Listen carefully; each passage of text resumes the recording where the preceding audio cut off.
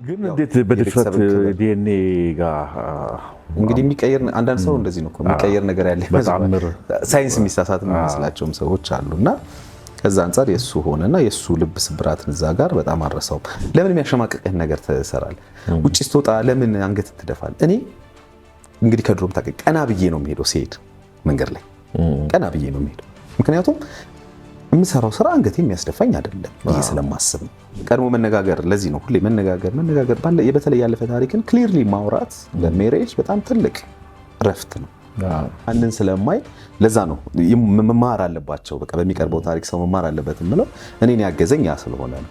እያንዳንዱ ያቀረብኳቸው ታሪኮች 100% እውነተኛ የባለ ታሪኮቼ ታሪክ ናቸው። በዛ እድሜ ማለት በጣም እንግዲህ ልጅ ነን እንደምታውቀው የሰው ታሪክ ዘግናኝ ታሪክ ይነገራል እና በጣም የምትሰራ በጣም ታታሪ የነበረች ልጅ ነበረች እና እሱም እንደዛው ተመሳሳይ ያኛው የፈጸመውን ተመሳሳይ ስህተት ፈጸመባትና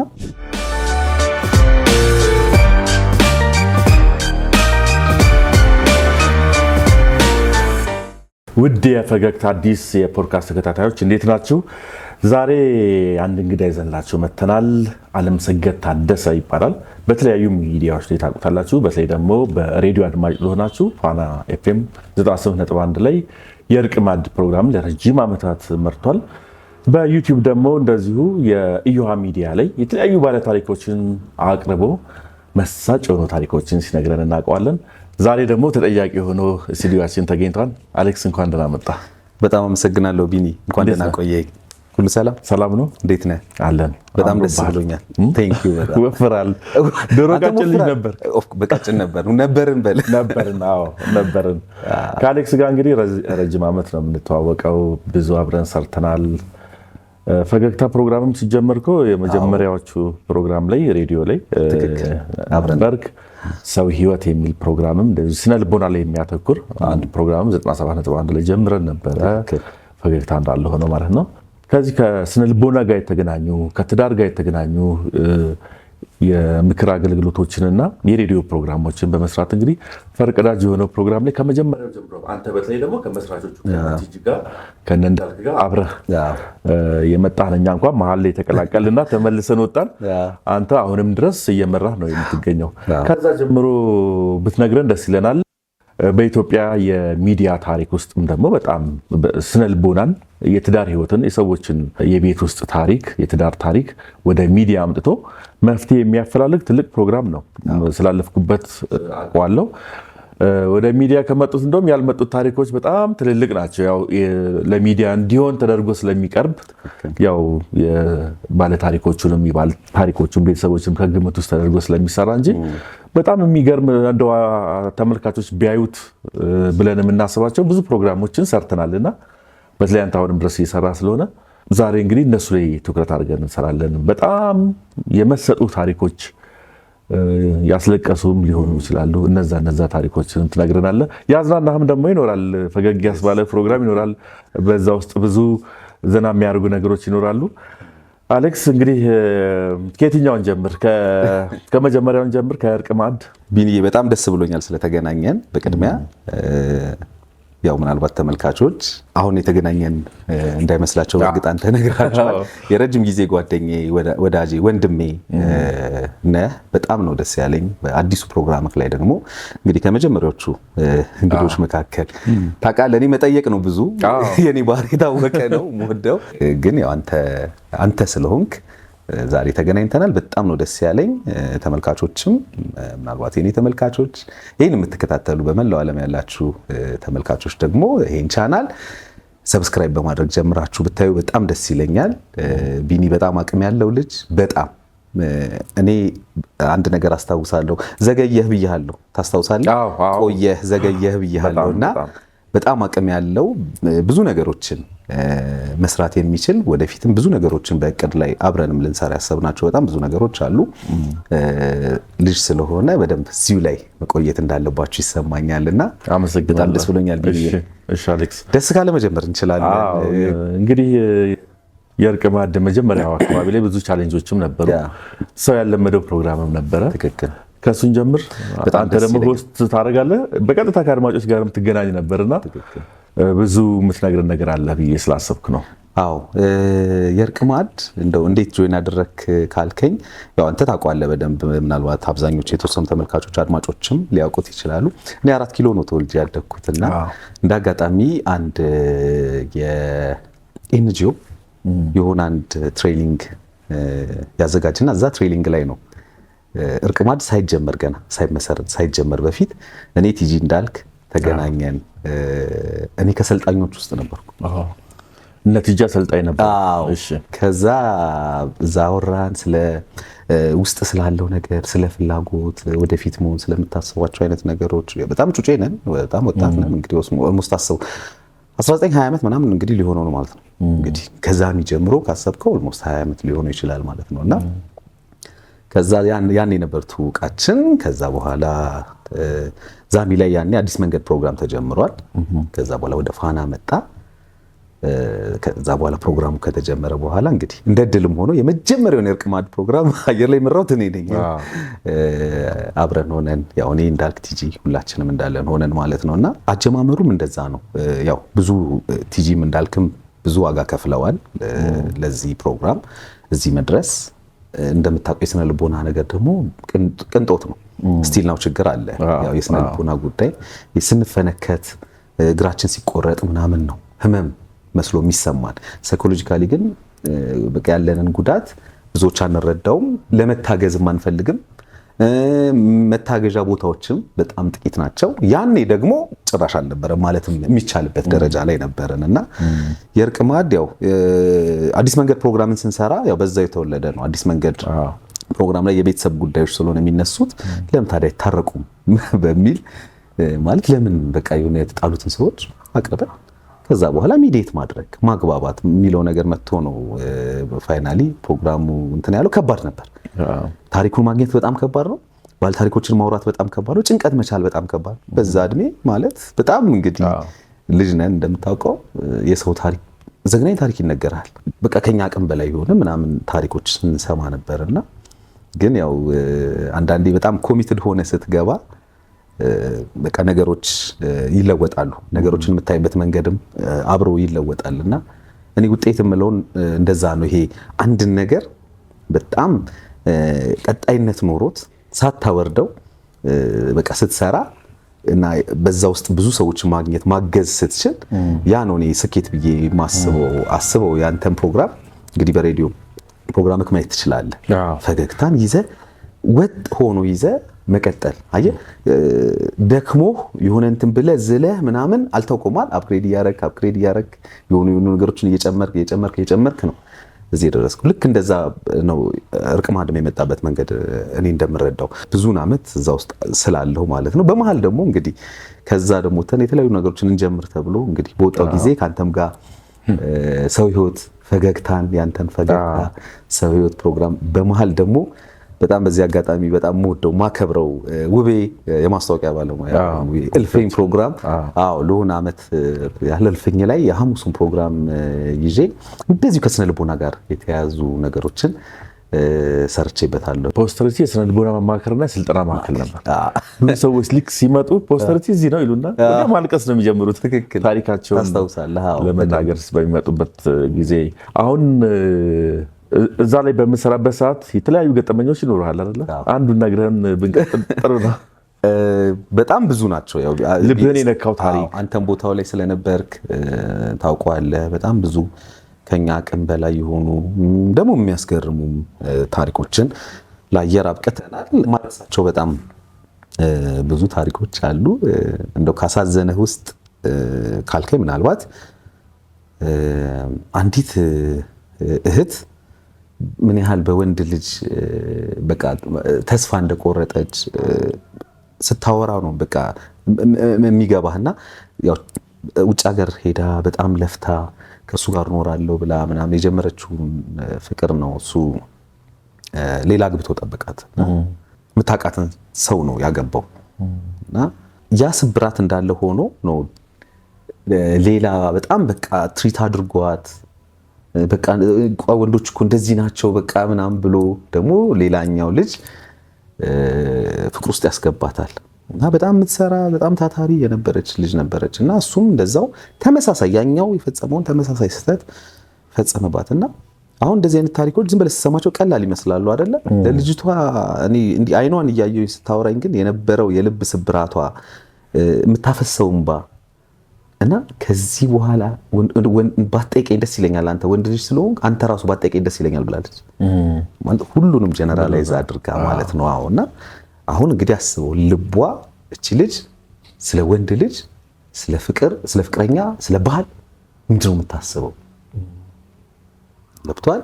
እና እንደዚህ አይነት አሳዛኝ ታሪኮች በጣም ያው ብዙ አሉ።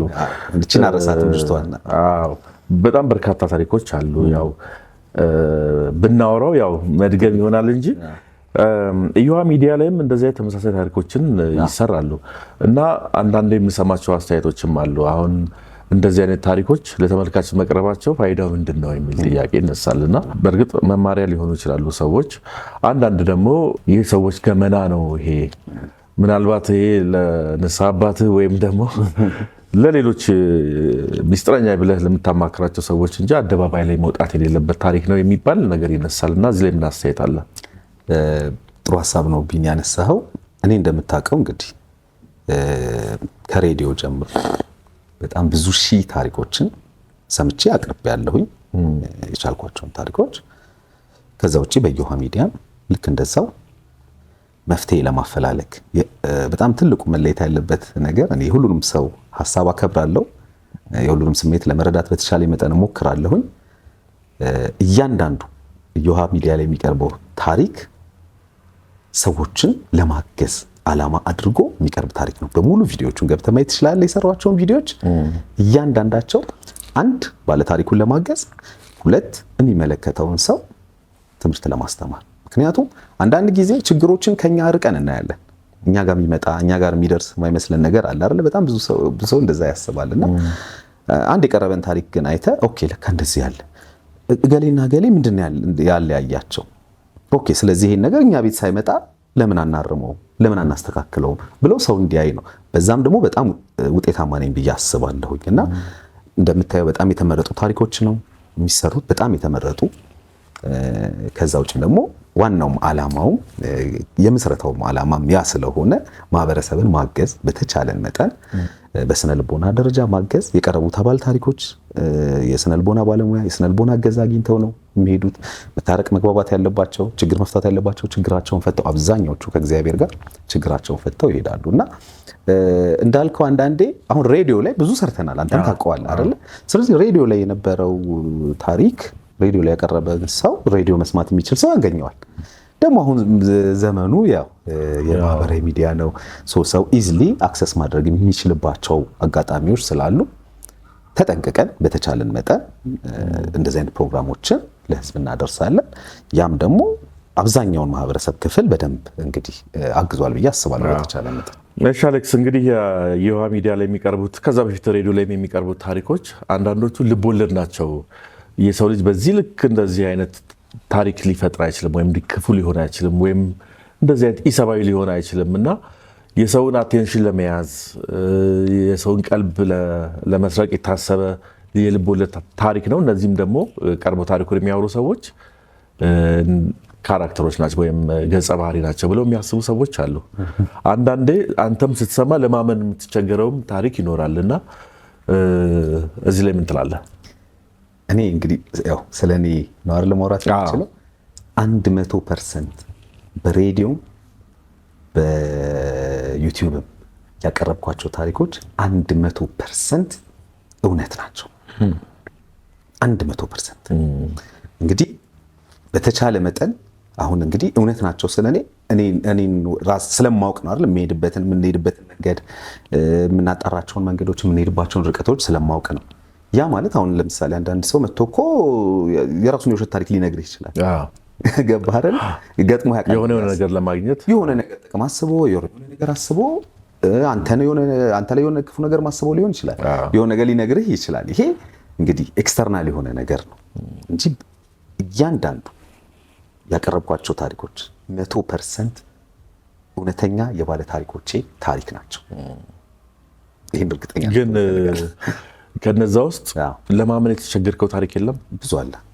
እንደ ሰው እንዳልኩ ሲስቁ እንደምትስቀው ሁሉ ልታኮርፉ እንደምትችለው ሁሉ ሲያለቅሱ ማብረት አለቅሳለሁ እኮ። ያው እንትኑ ላይ ፕሮግራሙ ላይ ያው በተቻለ መጠን ማጠንከር ስለሚጠበቅብኝ ማበርታት ስለሚጠበቅብኝ እዛ ላይ ምናልባት የተለየ ሪያክሽን ላታይ ትችላለህ። እኔ ላይ ዝም ቢል ሳዳምጣቸው ልታይ ትችላለህ። እንደነሱ ሳለቅስ ላታይኝ ትችል ይሆናል። ግን በልቤ ምናልባት ከነሱም የባሰ እንቅልፍ ማጣባቸው ብዙ ሌሊቶችን አሳልፌያለሁ። የሆነ ታሪክ ሰምቼ የሆነ ታሪክ ቀርቦ እኮ በጣም ተረብሼ በቃ ቀኔ ውሎዬ ምናምን ይሄን ለምጄዋለሁ። ውሎዬ ተበላሽቶ ምናምን ያውቃል። በጣም ብዙ ታሪኮች ላይ ጥቂት አይደለም፣ ለዛውም በጣም ብዙ ታሪኮች ላይ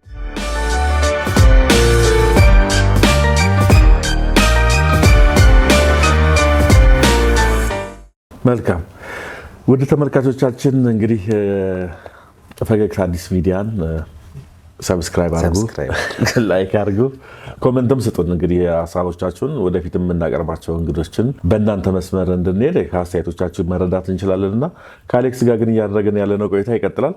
አሌክስ እንግዲህ የተለያዩ ሰዎችን ታሪክ ሰምተሃል።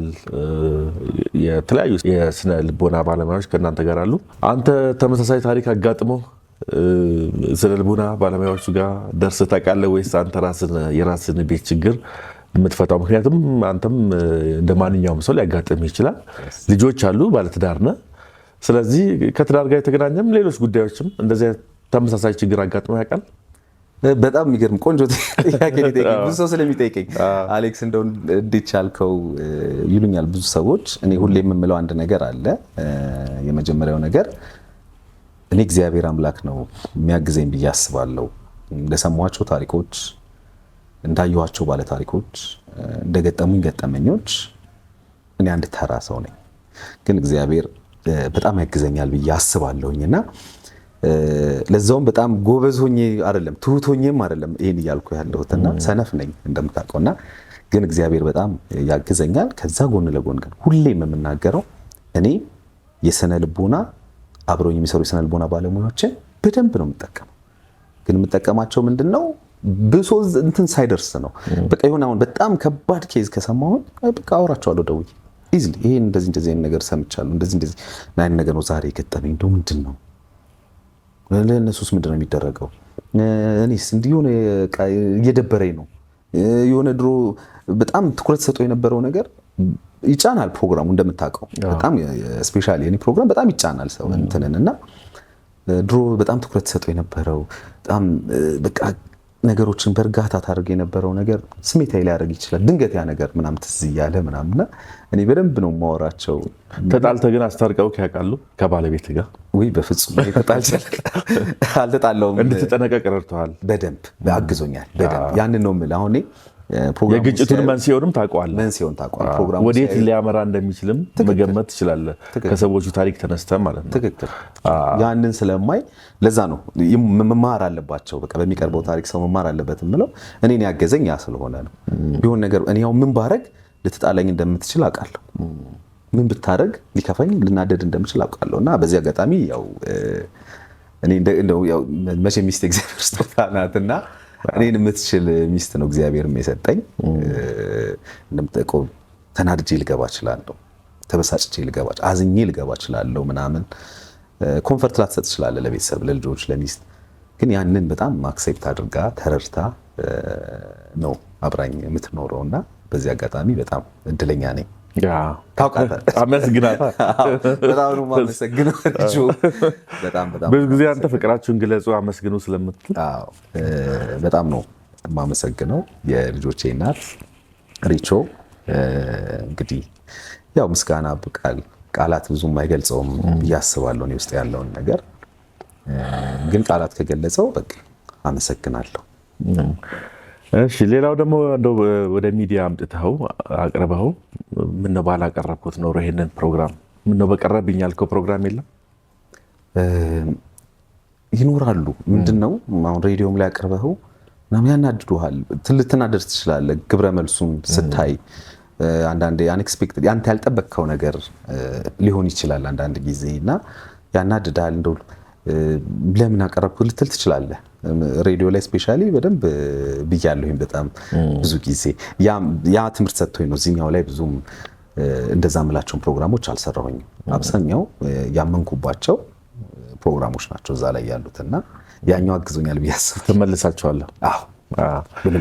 አንድ የሰው ህይወት የሚል ፕሮግራም ጀምረን ነበረ። አጭር ጊዜ ነው ሄደው፣ 1 ዓመት ራሱ ሄዳ አይመስለኝም እኔ ያለሁን። ከዛ በኋላም የተወሰነ ሄደዋልና እኔ ያቆምኩበት አንድ ፕሮግራም አንተ ደግሞ የገባበትን ብትነግረኝ ደስ ይለኛል። በዚህ አጋጣሚ ምናልባት የሚያዩን ከሆነ የዛብ ቲም ባልደረቦቻችን የነበራችሁ የሚያዩት ከሆነ እንግዲህ ፈገግ ይላሉ ብዬ አስባለሁ። ግርማና ጽዮን ኃይሌም ነበር። ኃይሌ ሲኒየር ሳይኮሎጂስት አሁን አብሮኝ ነው። ኃይሌ አሁን አብሮኝ ነው። በጣም እንግዲህ ሀገራችን ላይ ካሉ እኛ ጋም ብዙ ያግዘናል። በቅርብም እናቀርበዋለን። ምርጥ የስነ ልቦና ባለሙያዎች ውስጥ አንዱ ነው ኃይሌ። እንደምታውቀው በጣም ጎበዝ ሰውም ነው እና ያ ፕሮግራም አንተ አልሰራም ያልከው እኔ ከዛ አጋጣሚ ያን ፕሮግራም ለመስራት የሞከርኩት እና የሰራሁት በጣም ከባድ እኮ ነው። እንዴት ዛለ ማለት ትዝ ያለኝ ያዕቆብ በዛ ፕሮግራም ምክንያት ስለሆነ ያቆምኩት ለዛ አረሳው። ሰውየው መናገር አይችልም።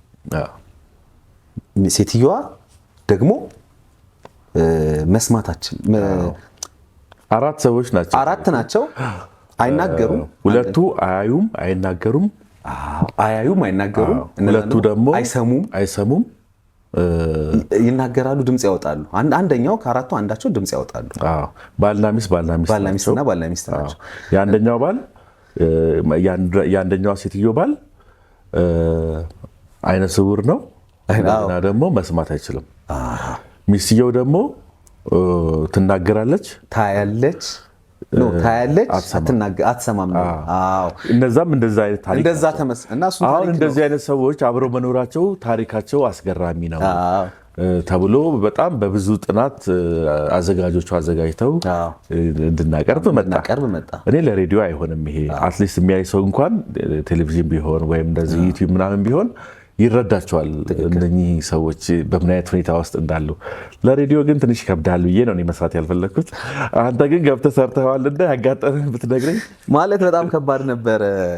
ሰዎቹ ገቡ እና እንዳልከው ከነዚህ ከ4 ሰዎች ውስጥ የማይናገር የማይሰማ አለ፣ የማያይ የማይናገር አለ፣ የሚያይ የማይናገር አለ፣ የሚሰማ የማይናገር አለ እና በቃ እንደዚህ አይነት ስጥርጥር ያለ እንትን ነው ጉዳታቸው የነበረው እና በትዳር ነው የሚኖሩት። እንደውም አስታውሳለሁ እኔ በጣም ግራ ገብቶኝ ማለት እንዴት ነው የምትግባቡት? በጣም ይቅርታ አድርጉልኝና ለእንትና ነው የጠየኩት ይሄን ጥያቄ እንዴት ነው የሚግባቡት ጠይቅልኝና ከዛ በኋላ ነው ማለት ለመጠየቅ እኔ አሁን ስጠይቅ አይሰሙኝም። በወቅቱ አዘጋጅ የነበረው ግርማ ነበረ ውጭ ሆኖ አዘጋጅቶ የሚሰጠን የነበረው ካስታወስክና እነዚህ ሰዎች እሱ ነበር ያመጣልን እና አይናገሩም። ስለዚህ ምንድነው እንዴት ነው መጠየቃቸው አልኩና ካስታወስክ ነበር እንደዚህ በብሬል ሰውነቱን በመንካት ይግባባሉ። አንደኛዋ ሚስትና ባል እጁ ላይ እንደዚህ ሲነቁ የራሳቸው መግባቢያ መንገድ አላቸው፣ መግባቢያ ቋንቋ ነበራቸውና ከዛ በኋላ ግን ምንድነው ያሰብኩትኝ በቃ እኔም ከግርማ ጋር መግባባት ስላልቻልኩኝ እኔ ለአድማጮች ማስረዳት ጀመርኩ።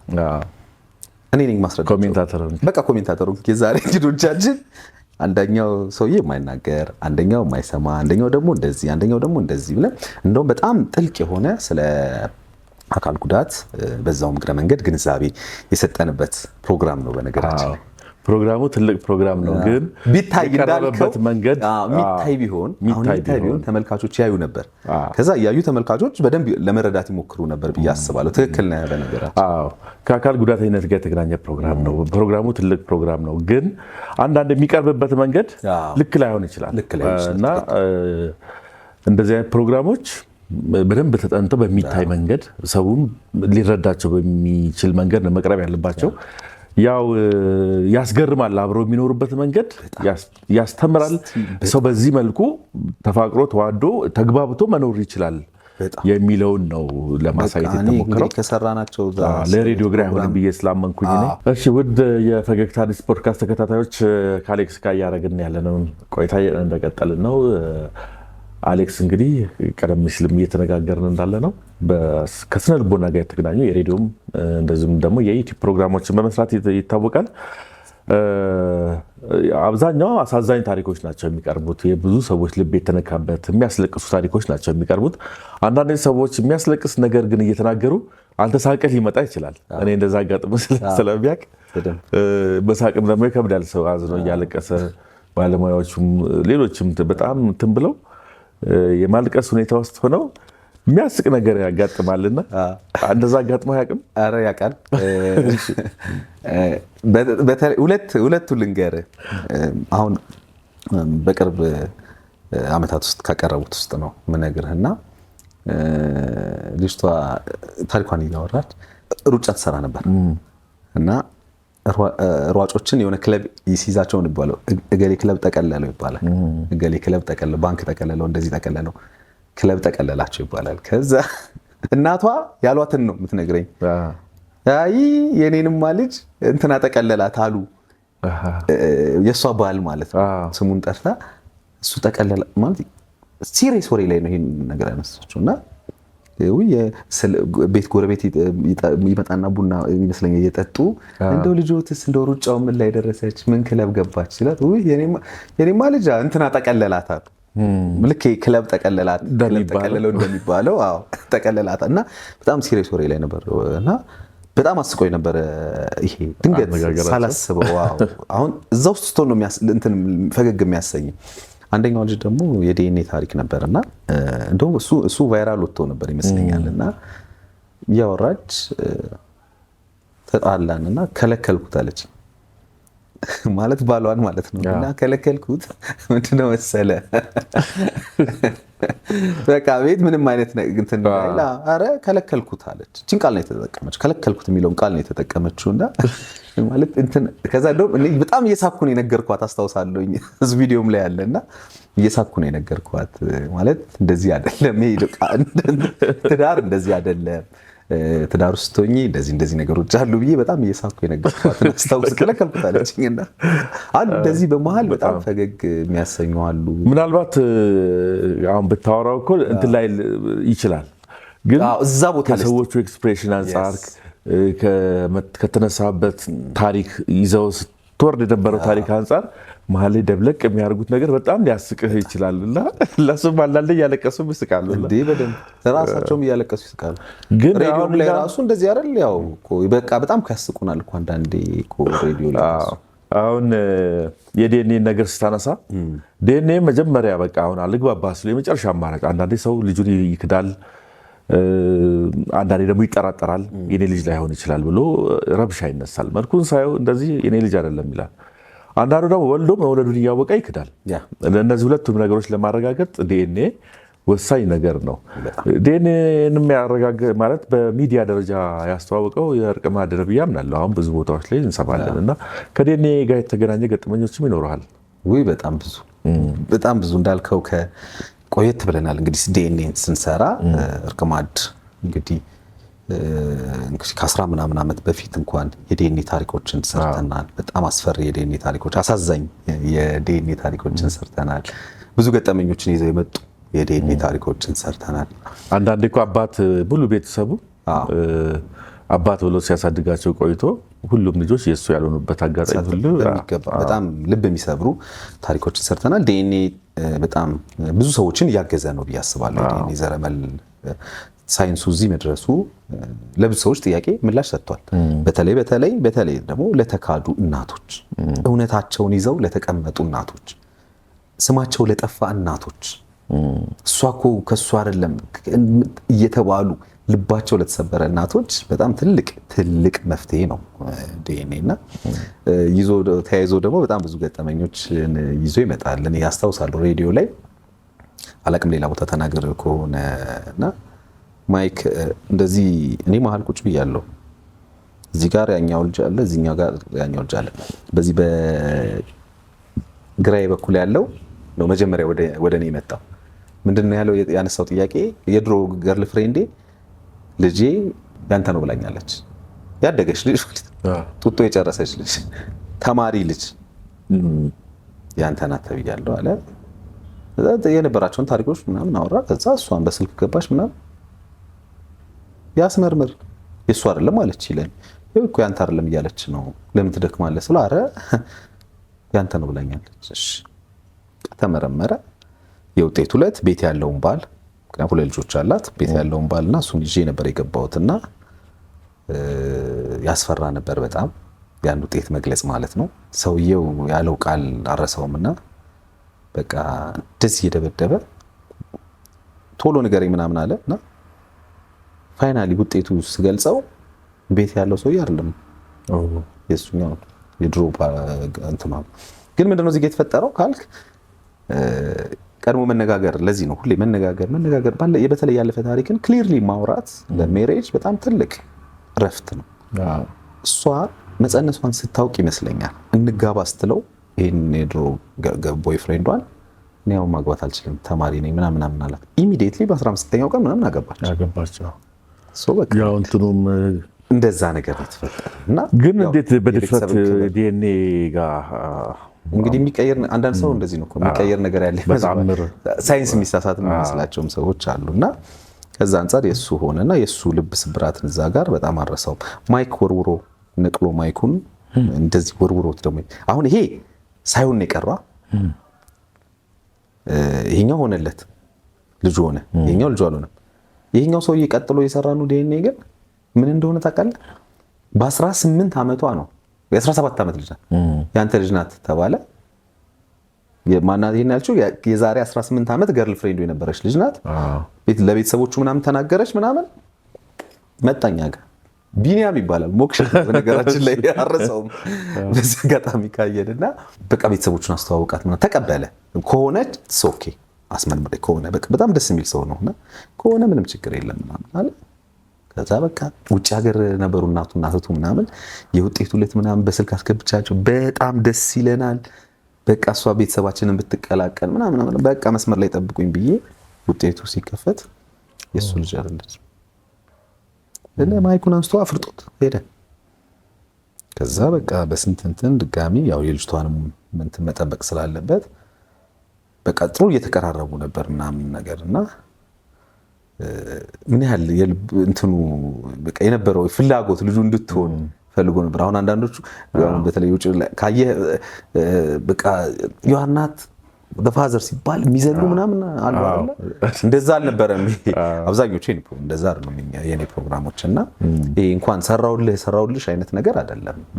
ኮንፊርም ማድረግ ነው። ብዙ ግን ተያይዞ ፈገግ የሚያሰኙ የሚያሳዝኑ ልባቸው ሲሰበር ታያለህ ሳይሆን ሲቀር ሲሆን ደግሞ በጣም ሲደሰቱ ታያለህ ምናምንና ጥሩ ነው። መልካም ወደፊትስ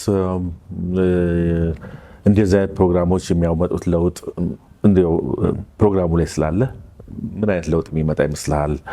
አያይዞ ደግሞ በእናንተ በኩልም ያሰባችሁት አዳዲስ የምታስተዋውቁን ፕሮግራሞች ካሉ ትነግረንና እንጠቀልለዋለን። እንደዚህ አይነት ፕሮግራሞች በጣም እንግዲህ ቅድም በመሃል አንስቼው ነበርና ኃላፊነትን ወስዶ ሰው መስራት ከቻለ ለብዙ ሰው ትምህርት ይሆናል። ትብቷላ እኛን ማግኘት ላልቻለ መጥቶ የስነ ልቦና ድጋፍ ማግኘት ላልቻለ በጣም ሩቅ ቦታ ለሆነ መጥቶ ያንን አገልግሎት ማግኘት ላልቻለ መታረቅ ላልቻለ አትሊስት ቤቱን እንዲያይ ራሱን እንዲያይ እንዲፈትሽ ያግዛልና በኃላፊነት አሁን እኔ የትኛውንም ታሪክ ሰራ ይሄ ቫይራል ይወጣል ይሄ እንደዚህ ይወጣል ምንም ያልገመትኳቸው ታሪኮች ናቸው። በጣም መነጋገሪያ የሆኑ መደበኛ ስራ የሰራቸው ማለት ነውና አሁን እንደዛ ነው ወደፊትም እንደዛ ነው የሚቀጥለውና ግን ሁሉም ሰው በተለይ እንደዚህ አይነት ነገሮች ለመስራት ሀሳቡ ያለው ሰው ካለ በጣም እንትን ይጠይቃል ታውቃለህ፣ ጥረት ይጠይቃል፣ ድካም ይጠይቃል፣ ብዙ ኢፈርት ይጠይቃል፣ በጣም ብዙ ዋጋ ያስከፍላል። ምክንያቱም ምን ሌላ ነገር ውስጥ ሌላ ነገር እየሰራው መኖር የሚችልባቸው እድሎች በጣም ብዙ ናቸውና ግን ማገዝ ደግሞ ያስደስታል። ክሊርሊ በግልጽ ስለሚታይ ነው እኔ ይሄን የምናገረው በኩራት የምናገረውና ሰዎችም ምናልባት እንደዚህ አይነት ነገር ውስጥ ያሉ ሬዲዮ ፕሮግራሞች ወይም እንደዚህ ፕሮግራሞችን ሲሰሩ በኃላፊነት ምክንያቱም አሁን የምናያቸው የተለያዩ ፕሮግራሞች እናያለን አይደለ? ተቆርጠው እየመጡ ይላኩልናል። ለጆሮ የሚከብዱ የሚዘገንኑ ልብህን የሚሰብሩት ምን አለ ባላየሁት የምትላቸው ምን አለ ባልሰማሁት የምትላቸው ነገሮች ይመጣሉ። እሱ ላይ ማስተያየት ብሰጥ ደስ ይለኛል። ምክንያቱም አንዳንድ ጊዜ በተለይ ቲክቶክ ላይ ሰዎች ያለምንም ኃላፊነት ተነስተው የሚናገሯቸው ነገሮች ይኖራሉ። እነዛ በቤተሰብ ላይ፣ በአካባቢው፣ በማህበረሰብ ላይ፣ በሰው በተናጋሪው ላይ ራሱ ፊድባኩ የሚያሳድረው ከባድ ተጽዕኖ አለ። አሁን እንደናንተ አይነት በኃላፊነት የሚሰራ ሰው የስነ ልቦና ባለሙያ ብቻ አይደለም፣ የህግ ባለሙያዎችም አብረዋችሁ ይሰራሉ። ከህግ አንጻር እንዴት ይታያል? ሰዎች መብታቸውን የመጠየቅ መብት ይኖራቸዋል እና ስማቸው ያለመጠቀስ ወይም የነሱ ታሪክ ያለመነገር መብት ስላላቸው ከዛ አንጻርስ እንዴት ይታያል የሚሉትን በኃላፊነት ነው የሚሰሩት። እዚህ ጋር ግን ብዙ የሚያስጠይቁ ጉዳዮችን ቲክቶክ ላይ እናያለን። ያው ብዙም ትኩረት ሰጥቶ ሰው ስላልጠየቃቸው እንጂ የሚያስጠይቁ ማስጠየቅ ብቻ አይደለም ደግሞ ስነ ልቦናዊ ጫናም የሚፈጥሩ በራሳቸውም በአካባቢያቸው በቤተሰብ ኢቭን በሚያውቋቸው ሰዎች ሁሉ የሚያሸማቅቁ የሚያዋርዱ ሰዎች እናያለንና እዛ ላይም እንደ ፕሮግራም አቅራቢ አስተያየት ብሰጥ ደስ ይለኛል። እንዳልከው ምናልባት የህግ ባለሙያዎችን የስነ ልቦና ባለሙያዎችን በዙሪያ የተላሉ እነሱና ተማክረው እነሱ ያሉበት ኤዲቶሪያል ስላለ በተቻለን መጠን ለዛ ነው ኃላፊነት ተሰምቶን ነው እኛ የምንሰራው። ለምናቀርባቸው ነገሮች ደግሞ እንጠይቃለን። መጠየቅ ካለብን በዛ ደረጃ ግልጽ ነን። ቢሮአችን ግልጽ ነው፣ ስቱዲዮአችን ግልጽ ነው፣ ሁሉ ነገር ግልጽ ስለሆነ ሌሎችም እንደዛ ቢሆኑ አሁን ይሄ ነው እኮ አሁን ማለት እስቲ ብዙ አሁን ለምሳሌ አሁን ያልከው ፕላትፎርም ቲክቶክ ላይ ካየህ ብዙ የሚሳደቡ ሰዎች በተለይ ደግሞ በኮሜንት ኦር በሆነ ነገሮች ካየህ ፎቶ የላቸውም፣ ግልጽ የሆነ ፎቶ የላቸውም። ሰው በዚህ ኮንፊደንስ መቻል ፌክ አካውንት ቢኖርም ፌክ ነው፣ ስማቸው ፌክ ነው፣ ሌላ ሰው ነው፣ ስማቸው የተለየ ነው ምናምን እና አሁን እኔ አንድ ፕሮግራም ሰራ እኔ አንድ አለምሰገድ ታደሰ ነኝ። ምንም የተለየ እንትን የሚባል ነገር የለም።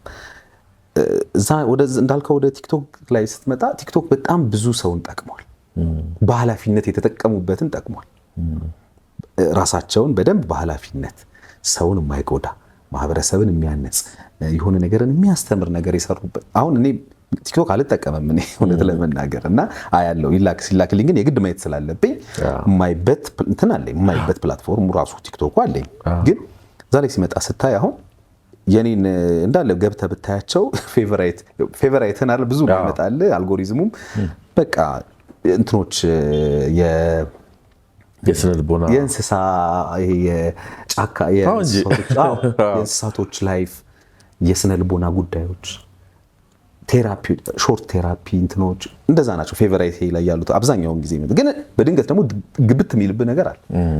ታውቀዋለህ ፕላትፎርሙን እና በኃላፊነት የሰሩት ሰዎች እንደተጠቀሙ ሁሉ አሁን ፕላትፎርሙን አይጠቅምም ማለት አትችልም። ከብዙ ሰው ጋር ያገናኘሃል። ብዙ ሰው ጋር በቀላሉ መድረስ የምትችልበት ፕላትፎርም ነው። ግን እዛ ላይ ስትሰራ እኔ አንድ ሰው እንደ ሰው ነው መስራት ያለበት ብዬ ነው የማስበው። ሰው ምን ማለት ነው? ሰው ማለት ለሌላው ሰው መኖር የሚችል ለሌላው ሰው ዋጋ መክፈል የሚችል ሌላውን ሰው የማያስከፋ ሌላውን ሰው የማያሳዝን ሰው መሆን መቻል አለበት ብዬ አስባለሁና እንዴ በማወቅህ የተጸጸትክባቸው ሰዎች የሉም? በጣም የሆነ ነገርን ሲለቁ ምናምን እንደዛ መሆን የለበትም። ያ ተገቢ አይደለም። ሀገርን ከሀገር ቤተሰብን ከቤተሰብ ጎረቤትን ከጎረቤት ክፍለ ሀገርን ከክፍለ ሀገር የሆነ ነገርን ከሆነ ነገር አድርገህ አላውቅም እኔ እዛ ላይ ምን አለ እዛ ላይ ምን ይገኛል የሚለው ውስጥ አልገባም ስለማላውቀው ነገር ማለት ነው። ግን የፈለገ ነገር ቢሆን እያንዳንዷ ለምታቀርባት ነገር በጣም ሪስፖንሲቢሊቲ ሊሰማህ ይገባል። ኃላፊነት ልትወስድም ይገባሃል። ዋጋም ሊያስከፍል ይችላል። በነገራችን ላይ ዛሬ ዝም መባሉን አይደለም ነገ አናውቅም። ገብቷል። የተለያዩ ነገሮች ላይ እንግዲህ ሰው ቢጠነቀቅ እኔ በቃ እንደ ራስ ቤተሰብ እንዳለው ሰው ወይ ደግሞ ቤተሰብ እንደነበረው ቤተሰብ ላይ ኖሮ ይችላል ያ ሰው ግን እንደነበረው ሰው ጎረቤት ጓደኛ እንዳለው ሰው ሆኖ መስራት። ለምን የሚያሸማቅቅህን ነገር ትሰራለህ? ውጭ ስትወጣ ለምን አንገት ትደፋለህ? እኔ እንግዲህ ከድሮም ታውቅ ቀና ብዬ ነው የምሄደው። ሲሄድ መንገድ ላይ ቀና ብዬ ነው የምሄደው። ምክንያቱም የምሰራው ስራ አንገቴን የሚያስደፋኝ አይደለም ብዬ ስለማስብ ነው። ያ ሰው ግን አሁን ያልከውን ስራ የሰራ ሰው ቀና ብሎ ሄደ ተደብቆ ገብቷል። ስለዚህ ለምን ትጨነቃለህ? ራስህ ላይ ለመስራት አመጣለህ ለማለት ፈልጌ ነው። እንደው በኃላፊነት ቢሰራ ጥሩ ነው ብዬ ነው ማስበው። አሌክስ እንግዲህ በጣም አድርገን እናመሰግናለን። ቀረ የምትለው ወይም የምትናገረው ሀሳብ ካለ ትችላለህ። እንግዲህ ከዚህ በኋላ የተለያዩ እንግዶችን ከተለያዩ ሙያዎች እያመጣን እንግዲህ የእነሱን ሀሳብ ልምድ እንዲያካፍሉን እናደርጋለን። ዩቲዩብ ላይም ደግሞ ከኛ ቀደም ብለህ ገብተህ ስለነበረ ያው ልምድህንም ታካፍለናለህ ብለህ ተስፋ እናደርጋለን። በሚገባ ሁሌም ከጎን ነኝ።